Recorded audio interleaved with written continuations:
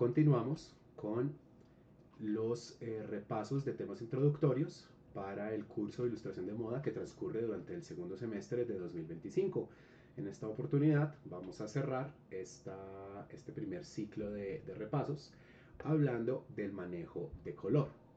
Como nosotros estamos no solamente preocupados por la idea de un arte final, que ocurra dentro de, digámoslo así, una apariencia gráfica convencional. Llámese una línea negra de un grosor intermedio con un color plano. Esa no es la única manera de trabajar. Es perfectamente válido trabajar así, pero si estamos hablando de que la ventaja que tiene el trabajo de mapa de bits, llámese en Photoshop, Krita, Procreate y demás, es que puede ayudarnos a emular una expresión pictórica o una expresión analógica a nivel de materiales. Entonces, para seguir algo diferente a la apariencia convencional del color plano y la línea negra, si bien esos elementos no están prohibidos, pues es una posibilidad que tenemos que considerar seriamente. Además, porque parte de una dinámica de, llamémoslo así, bocetación digital, nos va a pedir que pensemos en qué clase de aplicación gráfica o qué clase de huella visual queremos crear con nuestros diferentes pinceles y otras herramientas. Entonces vamos a hacer una exploración, al menos una, donde revisemos qué es lo que va a ocurrir ahí. Si yo quiero darle una apariencia de color de materiales tradicionales, lo puedo hacer con diferentes huellas de pincel. Por ejemplo, presiono clic derecho y puedo seleccionar alguna huella y ver que tengo a mi disposición, por ejemplo, pinceles que tienen una apariencia parecida a pincel seco o parecida a acuarela o parecida a una serigrafía o a un scratch o parecida a algo pues que es más tradicional, aunque de pronto por aquí tenemos algo que tiene una apariencia más como de pronto un crayón, de pronto un plumón, de pronto un pincel. Sí, o sea, son huellas diferentes y pues realmente la idea es que hagamos una exploración de nuevo, exhaustiva, de qué es lo que pretendemos hacer. No nos vamos a complicar la vida es que tiene que ser este pincel y no otro, pero de nuevo, es una muy buena idea pensar en qué huella le vamos a dar a nuestro arte, ¿listo? Así como los colores no deberían ser puramente convencionales, las huellas pueden también tener esa alteración. ¿Listo? Vamos a eliminar esto. Eso simplemente es una muestra muy básica de algunos pinceles dentro de múltiples galerías que se pueden encontrar. Para los asistentes presenciales a mi clase se les van a facilitar unos pinceles, pero en últimas son libres de utilizar aquellos que prefieran, incluyendo los que vengan en sus dispositivos si están trabajando en iPad o en una tablet, o incluso la gente que trabaja en un celular, que con frecuencia puede trabajar con mucha efectividad y buenos resultados. Pero entonces vamos a empezar a combinar para el manejo de color digital esas huellas que pueden ser de apariencia pictórica o más bien analógica, no totalmente convencional, con la idea de un control de siluetas y un control de formas que no dependa únicamente de el trabajo, ¿cómo se dice? Como milimétrico. O sea, que yo no solamente voy a necesitar hacer un relleno uniforme y que esa sea la única, ¿cómo se dice? La única forma de controlar la silueta de un relleno, aunque pues eso también es perfectamente válido, sobre todo si estamos pensando en algo que parezca aguada, acuarela, ecolín, marcadores, pues podemos tener un cierto rango de maniobra con la idea de no rellenar completamente las siluetas. Pero hagamos un repaso de herramientas de forma que vimos por encimita en clase. Entonces lo que yo voy a hacer es que voy a tomar mi lazo estándar. No voy a tratar de hacer un solo movimiento continuo para recorrer todo el cuerpo, eso me parecería estéril y también innecesariamente difícil.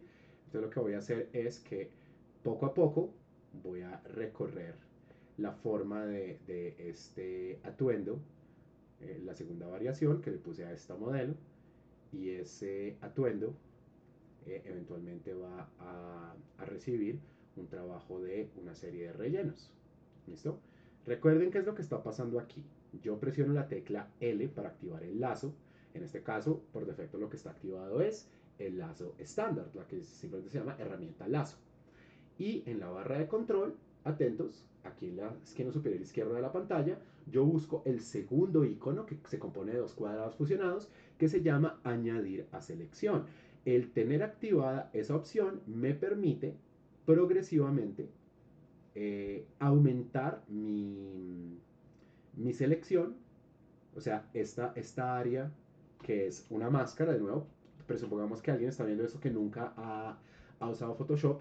¿Qué es lo que estoy haciendo yo al tener un área de selección? Estoy creando una máscara que va a contener color, pinceladas o lo que sea, y nada más va a poder ser representada fuera de esa área de selección. ¿Listo? Es un tipo de máscara realmente lo que estoy haciendo yo ahí. Yo prefiero crear toda la silueta con algo de cuidado. Esto me puede tomar por ahí unos 3 a 5 minutos. Y hacerlo de esta manera me permite asegurarme que yo no tenga que estar haciéndole demasiadas correcciones a esa silueta. ¿Listo? Entonces acá sí estoy trabajando con un cierto nivel de zoom para poder observar con un poco más de cuidado qué es lo que está ocurriendo aquí. Si llega a ser necesario hacer alguna corrección, por supuesto se hará, pero el ideal es que no estemos como haciendo mini correcciones que sean producto de una carencia de control de calidad, sino que hacemos una sola pasada donde procuramos que la silueta sea lo más exacta que pueda ser y así podemos concentrarnos tranquilamente en hacer un trabajo de diseño o de color o de texturizado o de iluminación sin tener que preocuparnos tanto por todo el tiempo estar, por decirlo así, remendando el trabajo de diseño, ¿listo? El trabajo del atuendo. Entonces, esto no es que sea especialmente difícil, sobre todo si están haciéndolo con una tablet. Si lo están haciendo con un mouse, no es la herramienta más grata. De hecho, si están trabajando con un mouse, sería más recomendable que fueran al lazo poligonal, que es un lazo donde punto a punto se van creando líneas. Miren, aquí se los voy a mostrar. Punto a punto vamos creando líneas con el lazo poligonal, como si fuera un vector realmente. Y lo importante tener en cuenta con el lazo poligonal es que para cerrarlo podemos hacer una de dos cosas.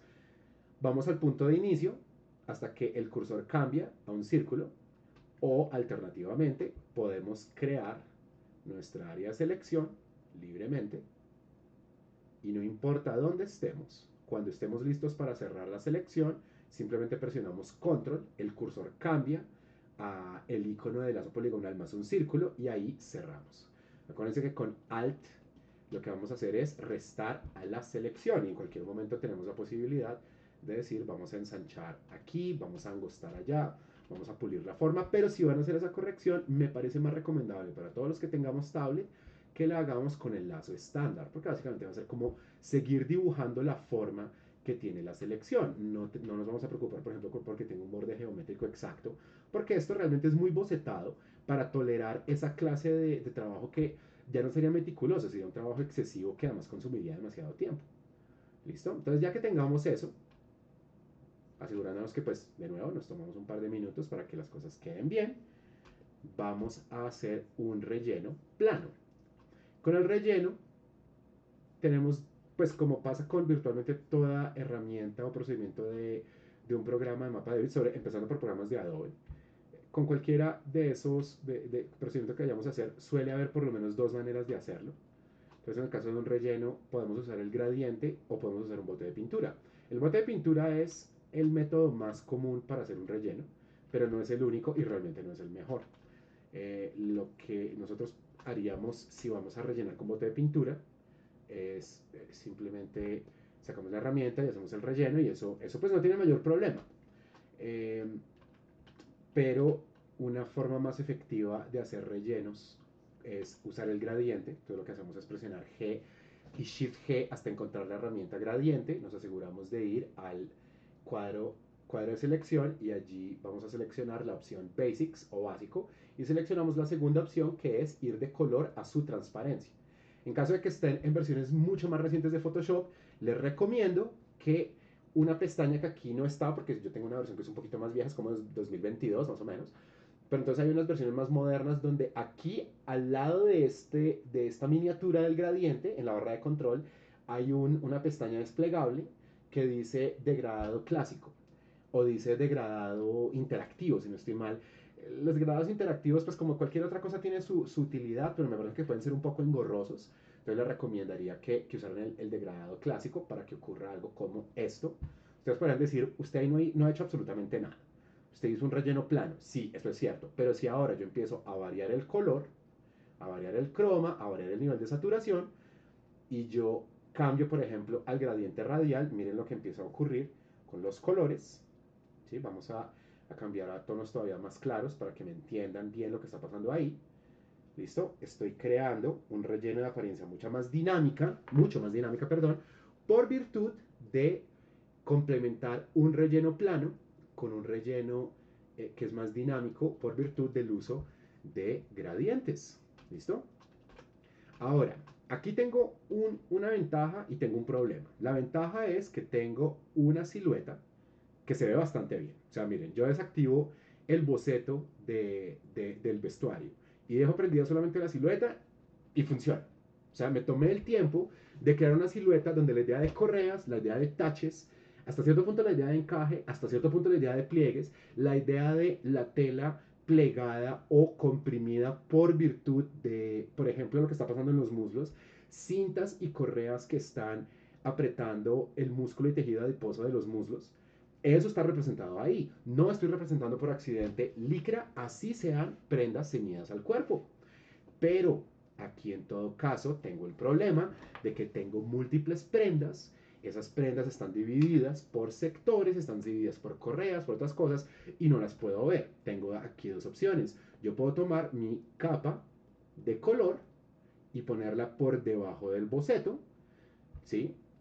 Pero ahí, en todo caso, llega un problema que tengo que resolver con la otra opción y es, mi línea intencionalmente no era negra, ni siquiera era gris. Entonces en este momento tiene una apariencia incierta. No me molesta del todo, sobre todo allí donde los colores claros y oscuros empiezan a interactuar de una manera que me parece muy interesante. Pero en todo caso hay algo de confusión en lo que está pasando aquí. Entonces lo que voy a hacer es que a mi capa, no herramienta sino capa del boceto del vestuario, le voy a dar lo que se llama un modo de fusión. Recordemos que es un modo de fusión, es un modo interactivo de color, donde le decimos a una capa, interactúe con la que tenga por debajo, con las que tenga por debajo, ya sea aumentando el contraste, disminuyéndolo, aumentando las sombras, aumentando las luces o creando intersecciones y otra clase de como relaciones tangenciales de color.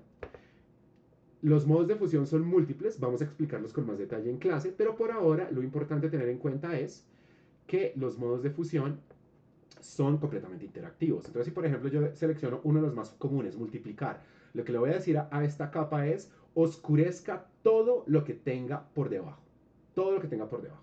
Si en lugar de eso yo le dijera, no, tome el modo de fusión oscurecer, le voy a decir oscurezca todo lo que tenga por debajo que sea más claro que usted. Como la mayoría del relleno de color que yo creé es más oscuro que mi línea, oscurecer no es muy pertinente. Si yo le dijera, por ejemplo, superponer, le estoy diciendo aumente luces y aumente sombras, pero aquí no se ve muy bien. Si en lugar de eso jugara con un modo de fusión como por ejemplo trama, aclarar o superposición de color, hay una interacción más lumínica que de hecho esto puede ser muy interesante para hacer exploraciones de color. Podría ser una segunda versión que tenga esto, ¿listo?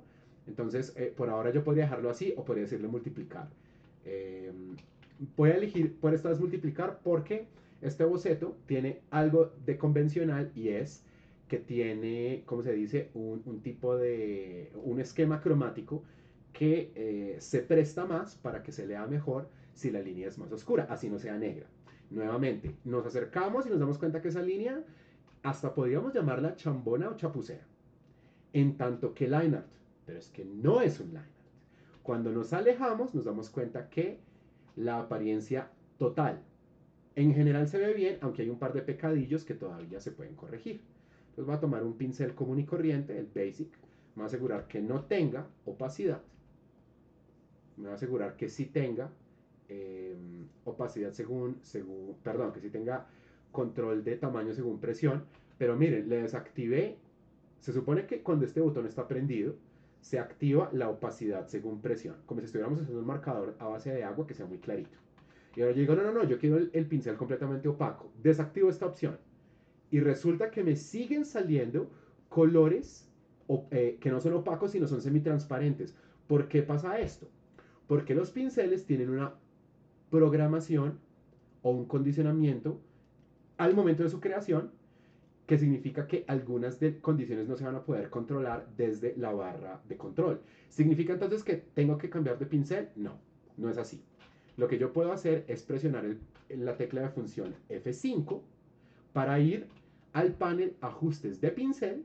Siempre vamos a tener en cuenta esta miniatura o thumbnail de la huella de nuestro pincel y desde aquí controlamos sus características. Entonces, un truquito para los que recién estén empezando en Photoshop: si su pincel no tiene la capacidad de ser opaco o ser semitransparente, a pesar de que le gestionan los botones de opacidad según presión o tamaño según presión, venimos al panel de ajustes de pincel. En el caso de una huella que sale semitransparente y queremos que sea opaca, ¿cómo hacemos eso? Buscamos la pestaña que dice transferencia y desactivamos el chulito, y atentos a lo que le pasa a la miniatura. Dense cuenta que ahora pasamos de una huella semitransparente a una huella completamente opaca. Ahora, teniendo activada la herramienta pincel, si yo mantengo presionada la tecla Alt, de manera dinámica cambio al Color Picker o cuentagotas, que es un selector dinámico de color.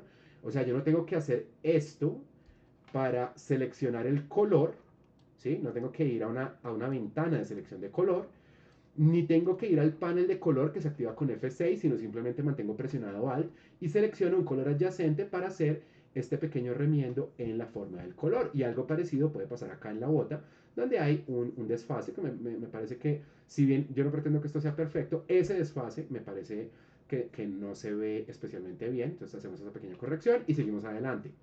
Entonces, vamos a hacer rellenos de color. Algo que me llama mucho la atención es la idea de que el atuendo de esta chica tenga una interacción muy contrastada y ojalá muy llamativa entre unos colores que son bien opacos y unos colores muy brillantes para las intersecciones, correas, el patrón que tenga encima la tela.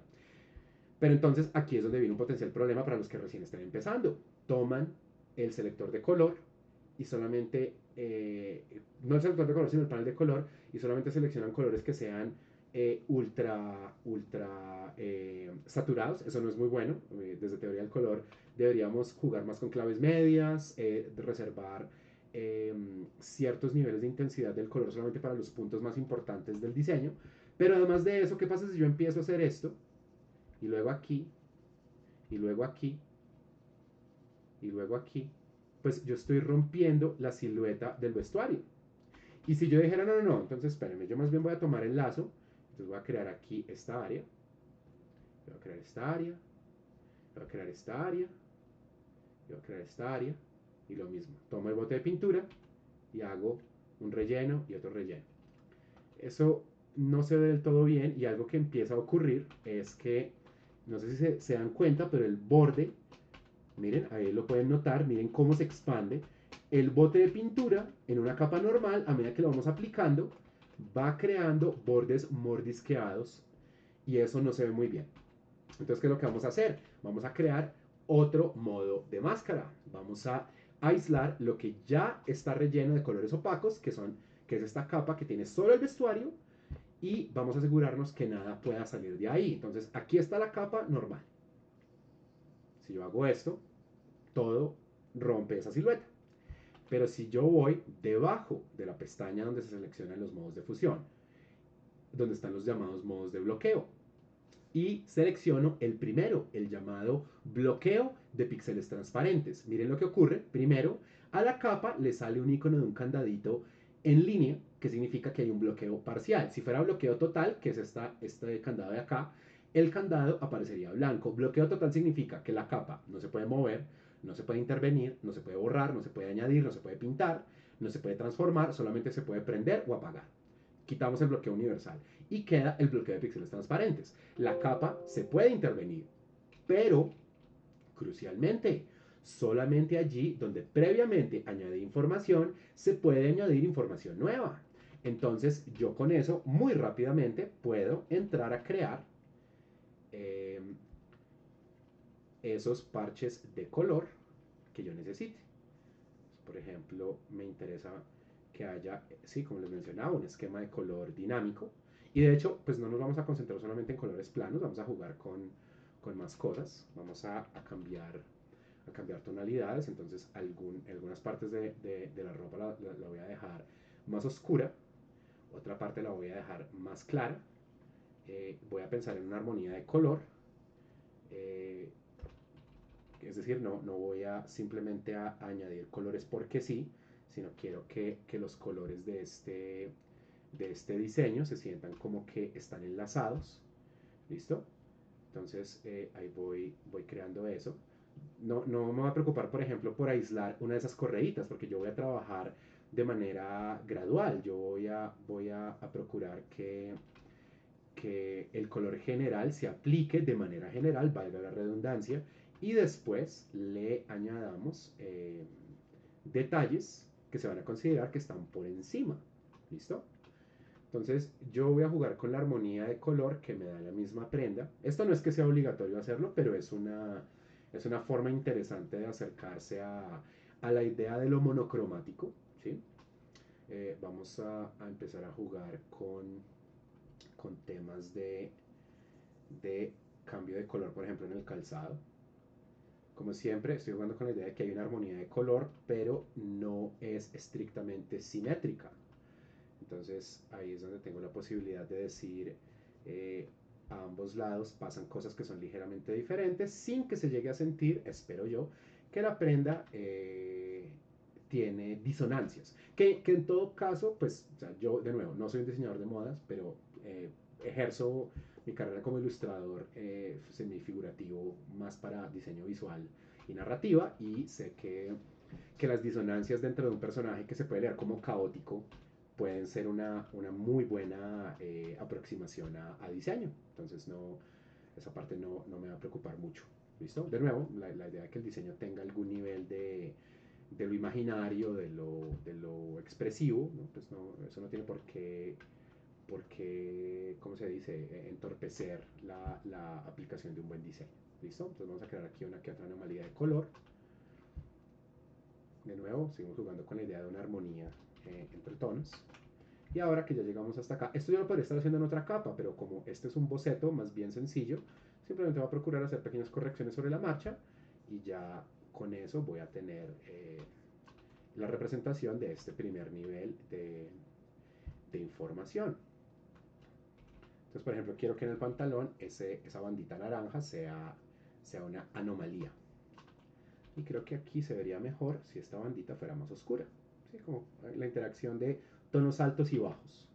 Entonces fíjense ya lo que está pasando ahí. Estamos creando una interacción de color a partir de lo que fue al principio una silueta muy sencilla y que no es tampoco que se diga que es tan exacta. De nuevo, de cerca nos podemos dar cuenta que este es un boceto de una apariencia más bien normalita, pero de lejos todo el conjunto se siente que está mucho más amarrado, tiene mucho más pertinencia, ¿no? Eh, por ahora lo que va a pasar con los pliegues simplemente es que les voy a añadir un nivel de sombra. Entonces allí donde se declararán pliegues, lo que quiero expresar es que la tela se está envolviendo. Entonces vamos a añadir, que esto igual también se podría hacer en otra capa. Y va a haber ejercicios donde se les va a pedir que sean mucho más sofisticados con ese tratamiento. Eh, Sigamos. Entonces vamos a seguir jugando con la armonía de color. Entonces estamos transitando desde tonos verdes, tonos turquesa, tonos azules, con algunas anomalías que por círculo cromático, pues estaríamos hablando de una armonía de colores complementarios. Y ahora vamos a empezar a perseguir una nueva armonía donde entran tonos que o son púrpura o se acercan más a púrpura. Y nuevamente vamos a evitar solo dejar colores planos, pero al principio pues está perfectamente bien que nuestros colores sean más bien sencillos y poco a poco vamos a empezar a hacer más compleja esa relación cromática. ¿Listo? No vamos a tratar de empezar desde detalles, al contrario, lo que vamos a hacer es que vamos a empezar desde generalidades que sean muy básicas, que muy rápidamente describan el diseño de lo que estamos intentando hacer y después sí empezamos a perseguirle detalles a nuestros diseños. Entonces, por ejemplo, detallitos así como de la correa, detallitos del arnés y todo lo demás. Entonces vamos a añadirlos.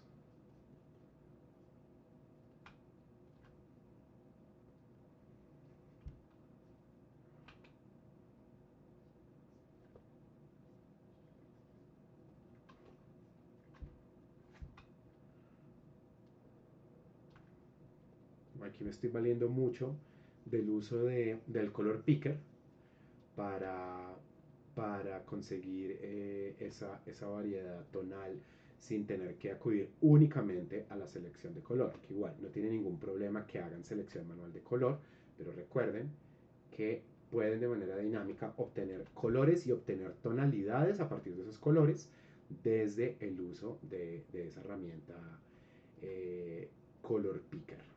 ¿Listo? Y es una herramienta dinámica. Ustedes pueden presionar la tecla I para cambiar al cuentagotas o color picker, pero si están trabajando con pincel, Alt hace la selección de ese color. ¿Listo? Entonces, eso es importantísimo tener en cuenta. De nuevo, quiero crear otro nivel de interacción entre colores que sean muy oscuros y muy claros, pero de hecho aquí me gustaría hacer otra cosa. Me gustaría que ese corset tuviera, de hecho, una interacción de color. Aquí, ahora que hay como una especie de celdas, me gustaría que esa suerte de divisiones internas tenga áreas de colores diversos y después esas banditas que crean la interacción entre o la conexión entre esas celdas puede tener un color diferente. Es solo una idea. Con una investigación más rigurosa, eso lo podemos hacer en una futura experiencia que no haga parte de este mini intro al curso.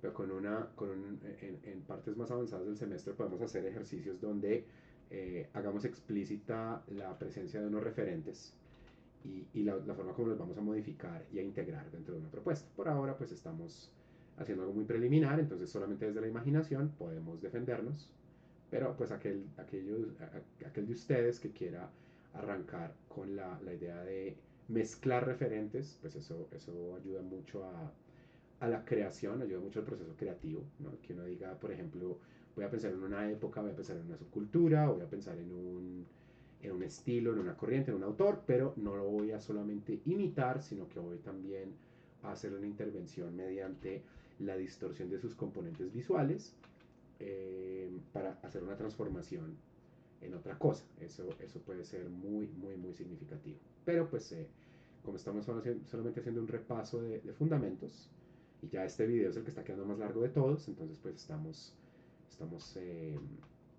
atentos a que el tiempo no se nos exceda.